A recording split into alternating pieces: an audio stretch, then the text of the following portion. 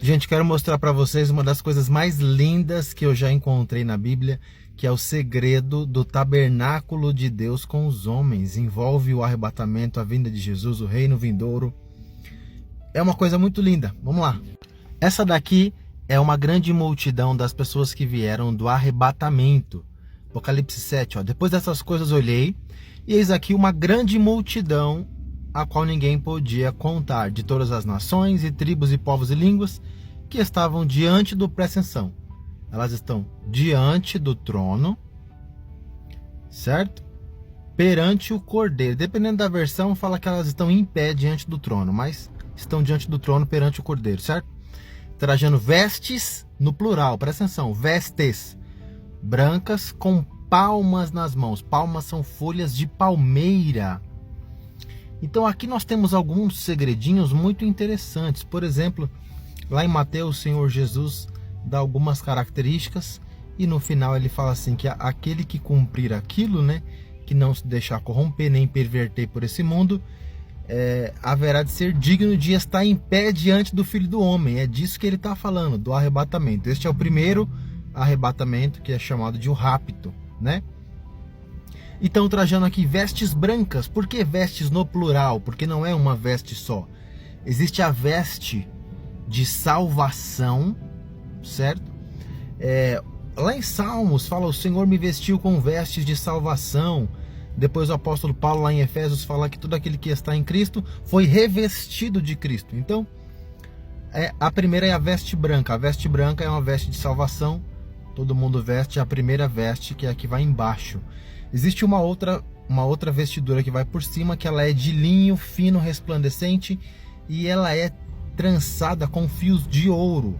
Ela tem o linho fino branco, mas também tem fios de ouro. Lá em Salmos, o salmista, quando fala sobre a noiva do Cordeiro, fala que ela é vestida dessa forma. E em Apocalipse também fala que as vestes brancas de linho resplandecente, né? Acho que Apocalipse 19 são as obras dos santos. Então, esses que foram arrebatados foram salvos pelo Cordeiro e tinham obras a ponto de que foram arrebatados no primeiro arrebatamento.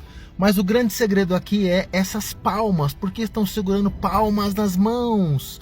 Olha que interessante. E quem quiser ler para compreender, é só continuar lendo aqui o texto, que um dos anciãos que estava ali, né, nessa visão que João teve, apóstolo João, um dos anciãos fala, essa é a grande multidão que veio da grande tribulação. Só para deixar claro aqui, versículo 14, a parte B aqui, esse é o ancião falando, né? Estes são os que vieram da grande tribulação e lavaram as suas vestes e as branquearam no sangue do Cordeiro. Essas são as vestes de salvação, né? Vamos subir aqui. Por isso estão diante do trono de Deus, certo? É o primeiro arrebatamento, né? E os servem de dia e de noite no seu templo ou tabernáculo. Vai pegando estes sinaizinhos aqui, né? Aquele que está assentado sobre o trono os cobrirá com a sua sombra. Esta é uma das coisas incríveis. Nunca mais terão fome, nunca mais terão sede, nem sol, nem calor algum cairá sobre eles, porque o Cordeiro que está no meio do trono os apacentará. Tem uma coisinha linda aqui, né? Quem apacenta as ovelhas é o pastor. Aqui está dizendo que o Cordeiro as apacentará. Sabe por quê? Porque o Cordeiro é uma ovelha. A ovelha conhece ovelha. O nosso pastor se tornou ovelha para nos compreender, nos entender, sofrer o que a gente sofre, pagar o preço pelos nossos pecados, e agora, como um sumo sacerdote, ele pode interceder por nós, conhecendo as nossas dores. É por isso que ele é o Cordeiro que apacenta os cordeiros. Olha que interessante, né? Tem que ler pegando cada detalhe, né? Ele servirá de guia para as fontes vivas das águas. Lá no Salmo 23, Davi fala, o Senhor é o meu pastor e ele me guia para as fontes. Então, aqui em Apocalipse, o pastor é o Cordeiro. Olha que coisa linda, né? E Deus limpará de seus olhos toda lágrima. Então, isso que está acontecendo aqui, presta atenção. Por que eles estão segurando palmas nas mãos? Porque eles estão celebrando no céu, diante do trono, a festa dos tabernáculos. Olha que coisa linda. Então nós temos aqui a descrição do que é a festa dos tabernáculos. Olha que coisa mais linda. Levítico, né? E ao primeiro dia tomareis para vós ramos de formosas árvores. Olha os ramos aqui, ramos de palmas, ramos de palmeiras, que era o que eles estavam segurando lá, né? Que coisa linda, ó. Ramos de árvores espessas e salgueiros de ribeiras, e vos alegrareis perante o Senhor vosso Deus por 7 dias. Então a festa dos tabernáculos durava 7 dias, né? E celebrareis esta festa ao Senhor por 7 dias cada ano. Estatuto perpétuo é pelas vossas gerações. No mês 7º celebrareis. 7 dias habitareis debaixo de tendas. Eles tinham que habitar em tendas, né? Todos os naturais de Israel habitarão em tendas, para que saibam as vossas gerações que eu fiz habitar os filhos de Israel em tendas, quando os tirei da terra do Egito. Eu sou o Senhor vosso Deus. Então, o Senhor mandou fazer a festa dos tabernáculos, mas a coisa ela vai escalando em níveis. Por quê? O templo, não o templo, né? A tenda, era uma tenda, era um templo-tenda que Moisés fez no deserto, que era o tabernáculo do deserto, ficava no meio, e os filhos de Israel habitavam em tendas em volta do tabernáculo.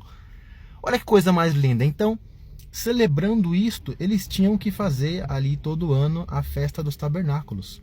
O que é o tabernáculo? É quando o Senhor habita no meio do homem. Então tinham 3 festas principais em Israel, que é a festa da Páscoa, que ela se cumpriu em Cristo, porque Cristo foi o nosso Cordeiro Imaculado. A festa da Páscoa ali foi o dia que Israel sacrificou um cordeiro, né?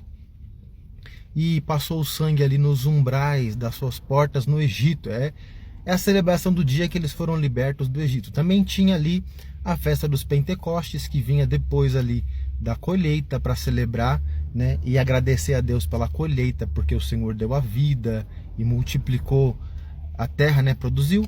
Isso se cumpriu na vinda do Espírito Santo. Então, Pentecostes se cumpriu no Espírito Santo. A festa dos tabernáculos, ela tem um cumprimento que ele vai caminhando em passos. Por exemplo, a Bíblia diz que o Senhor Jesus, quando ele nasceu, ele tabernaculou entre nós, né? No original do grego lá, fala que, lá em João, que ele não diz que ele habitou entre nós, né? Fala, o verbo de Deus se fez carne e habitou entre nós. No original quer dizer, ele tabernaculou. Você entende? Então, lá em Mateus 6 e 7, ali no Sermão do Monte, quando o Senhor Jesus está no monte e as multidões estão em volta dele, aquilo ali, né, é como se fosse uma celebração da festa dos tabernáculos. O Senhor está no meio, como o tabernáculo de Moisés estava, e o povo à sua volta. E Jesus veio para a terra, tabernaculou na terra, habitou no meio, e o povo à sua volta. Mas a festa dos tabernáculos teve um primeiro cumprimento no nascimento de Jesus, que ele tabernaculou entre nós, certo? No reino milenar, essa festa ainda será celebrada, porque vai acontecer de novo uma tabernaculação. Olha que coisa linda. Então aqui em Zacarias, olha que coisa linda, falando sobre o reino milenar, né? Quando o Senhor Jesus vencer as nações que vierem contra Jerusalém, olha o que vai acontecer. E acontecerá que todos os que restarem de todas as nações que vierem contra Jerusalém subirão de ano em ano para adorar o rei, o Senhor dos Exércitos, que é Jesus, que vai estar em Jerusalém, e para celebrarem a festa dos tabernáculos.